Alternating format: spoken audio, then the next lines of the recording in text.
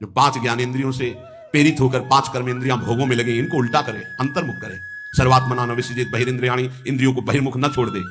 तजय भूख प्यास, भगवान की इच्छा से या धर्म के द्वारा कमाए हुए धन से गृहस्थी में, विरक्त भगवान की इच्छा से आई हुई आकाशवृत्ति या माधुकरी वृत्ति से जो मिले उसी से प्राण पोषण करे। ज्यादा चटोरापन, ज्यादा जबान को छूट देने का मतलब है अपना जीवन बर्बाद करना। मेटे पर आस, दूसरे के आगे हाथ फैलाना बंद करे। खास पूरन सबूरी है, कहत कबीर सुनो भाई साधो, साहब मिलत सबूरी में, मन लाग्यो राम फकीरी में, भला बुरा सबका सुन ले बे, करी गुजरान गरीबी में। कहत कबीर सुनो भाई साधो, साहब मिलत सबूरी में। खास पूरन सबूरी है, खास स्थिति क्या है? भान संतोष है, धैर्य है, कोई चाह नहीं। परम तत्व को विचार, चिंता विसारी सबे, टार मत बाद हर भजले, यही अमीरी है।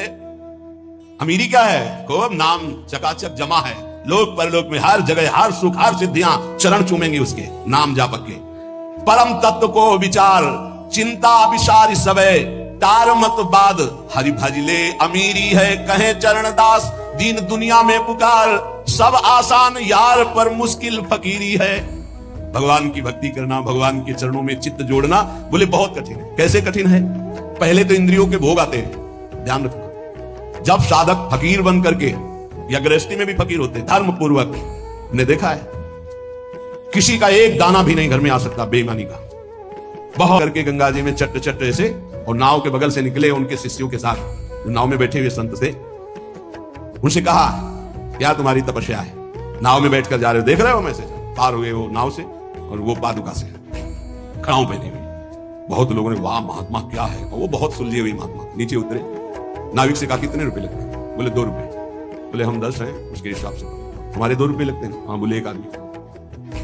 महात्मा से कहा समझा, जिन भागीरथी को महादेव जी ने अपनी जटाओं पे रखा, उन पे पादुका चल के आए, तेरी सारी तपस्या नष्ट हो गई। 2 रुपए एक में हम पार होकर आए, और तू पूरी तपस्या को नष्ट करके केवल प्रदर्शन दिखा दिया, तेरे पास रह क्या गया? अब उनको होश आया क्या? बोले जिन गंगा जी को महादेव जी अपनी जटाओं पर रखते हैं, उन पर पादुका, तपस्या का प्रभाव सब नष्ट हो गया तेरे। 2 रुपए की तेरी तपस्या, क्या किसी भी तरह का प्रदर्शन नहीं तो भगवत प्राप्ति के नजदीक पहुंच जाओगे। और कामना मैं नहीं राखूं, रसना नाम तुम्हारो चाखूं। 84 में बहु दुख पायो, ताते शरण तिहारी आयो।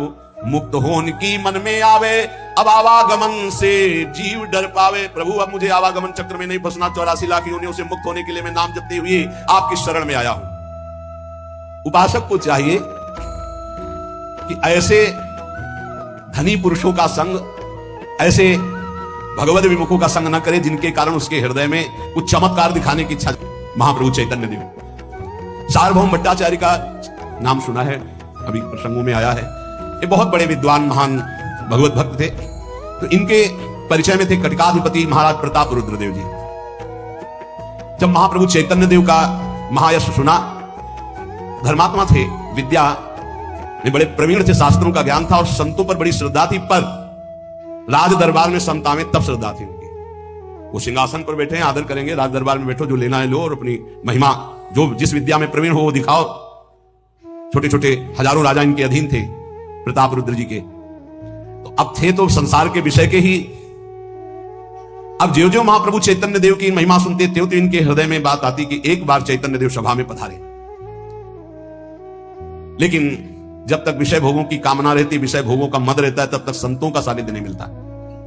सानिध्य का तात्पर्य होता है, हमारे पास एक पत्र आया कटकाधिपति प्रताप रुद्र जी का, और वो आपके दर्शन के लिए उत्कंठित हैं और कह रहे हैं कि सभा में पधारिए और दर्शन दीजिए। प्रभु ने कानों में हाथ रखा, कहा श्री कृष्ण श्री कृष्ण श्री कृष्ण श्री कृष्ण। ये राजा, ये बादशाह, ये भावविहीन बातें तुम्हारे मुख से कैसे निकलने लगी? मैं उनके दर्शन करने जाऊं, सभा में जाऊं। थी कि जब कोई महाप्रभु का पार्षद मिलता तो चरणों में प्रणाम करते रोने लगते कि कभी ऐसा महाप्रभु मेरी स्मृति करे, महाप्रभु मुझे बुला ले। ऐसे सोते जागते हर समय महाप्रभु का ही चिंतन चलता। ये ना का प्रभाव। महाराज अंतरंग भक्तों के समीप प्रार्थना करते कि कभी चैतन्य महाप्रभु को हमारी नाम, हमारी बात सुनाकर उनको थोड़ा सा द्रवित कर लीजिए। पर कभी भी जब कोई चर्चा करता तो रोक देते। श्री कृष्ण चर्चा के सिवा तुम्हें राजाओं की चर्चा सुनाई देती है। एक दिन नित्यानंद जी, सार्वभौम राय रामानंद जी, कई महान सब महाप्रभु के पास आए। किसी का साहस नहीं हो रहा था महाराज की सिफारिश करे राजा की। आंखों में आंखों संग, तुम बोलो ना, हमारी हिम्मत में तुम बोलो, ऐसे चल रहा था। तो नित्यानंद महाप्रभु ने कहा बोले प्रभु कहने में तो संकोच हो रहा है, पर आप तो सर्वज्ञ हैं, पर आज्ञा हो तो कुछ कहें। तो कहा श्रीपाद आपको संकोच करने की क्या बात है, आप तो सिर्फ आज्ञा कीजिए। तो नित्यानंद महाप्रभु ने कहा कि महाराज प्रताप रुद्र बहुत व्याकुल हैं और आपके दर्शन के लिए रोते रहते हैं, बड़े उत्कंठित हैं। प्रभु आप बड़े दयालु हो और वो हर भक्त के चरण पकड़कर ऐसी प्रार्थना करते हैं, एक बार तो उनको दर्शन का लाभ दिया जाए। अंत जन्मों तक के संस्कार बिगाड़ देते हैं, इनकी वार्तालाप, इनका दर्शन, इनका संसर्ग नहीं करना चाहिए, शास्त्र की आज्ञा है। चैतन्य महाप्रभु ने कहा। अब तो भट्टाचार्य जी चुप हो गए। फिर उन्होंने प्रभु को साष्टांग प्रणाम किया और लौट आए। अब राजा को क्या उत्तर लिखें, कई दिन व्यतीत हो गए, उन्होंने उत्तर ही नहीं कुछ दिया। इसी बीच आपको पीछे याद होगा राय रामानंद जी, वो राजा थे और इतने भगवत प्रेमी थे कि पीछे चर्चा हुई, आपने सुना, कितना गूढ़ चर्चा हुई। वो पुरी में दर्शन के निमित्त आए और इनके अधिकारी थे प्रताप रुद्र, ये कर देते थे प्रताप रुद्र को। प्रभु ने जे ही देखा एकदम दौड़ पड़े और गले से लगा लिया। एक राजा को निषेध, दूसरे राजा को राय रामानंद जी को गले। क्यों? क्योंकि भगवत प्रेम में डूबे हुए महात्मा हैं, जैसे अम्बरीश जी। ये बात ध्यान रखना। इसे गाढ़ आलिंगन किया और छाती से लगा के कहा कि आज मुझे राम ही नहीं मिले, रामानंद, राम और आनंद मिल गए। अब मेरे को तो आनंद सागर में गोते लगाना ही है, क्योंकि रामानंद, राम और आनंद दोनों मिल गए।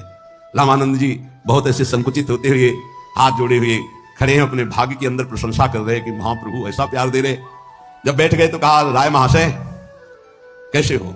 ये धन्य भाग है कि संत पूछें आप कैसे हो, संत ऐसे महान प्रेमी। बोले प्रभु राज सेवा से छुट्टी मिली तो दर्शन की बड़ी व्याकुलता थी, इसलिए श्री चरणों में आ गया। प्रभु अब कुशल है, अब परम क्षेम है, क्योंकि आपके चरणों के समीप बैठा हूं। महाप्रभु फिर उठे, फिर उनका पुत्र है, बड़ा कृष्ण भक्त है और वो आपसे मिलना चाहता है, तो अनुमति हो सकती है? तो उनका, वो कोई राजा थोड़ी जो मुझसे मिलेंगे, कृष्ण भक्त है तो मैं जरूर, उसको जल्दी बुलाओ और मेरे से मिलाओ। हम तो अभिमानी पदाधिकारियों के लिए नियम रखे हैं जो अभिमानी है। ना मैं किसी अभिमानी के पास जाता हूं, ना किसी अभिमानी को पास आने देता हूं। भगवत रसिक जी, भूत भविष्य लोक 14 में भय हुए हरिप्यारे, 300 व्यवहार हमारो अभिमानित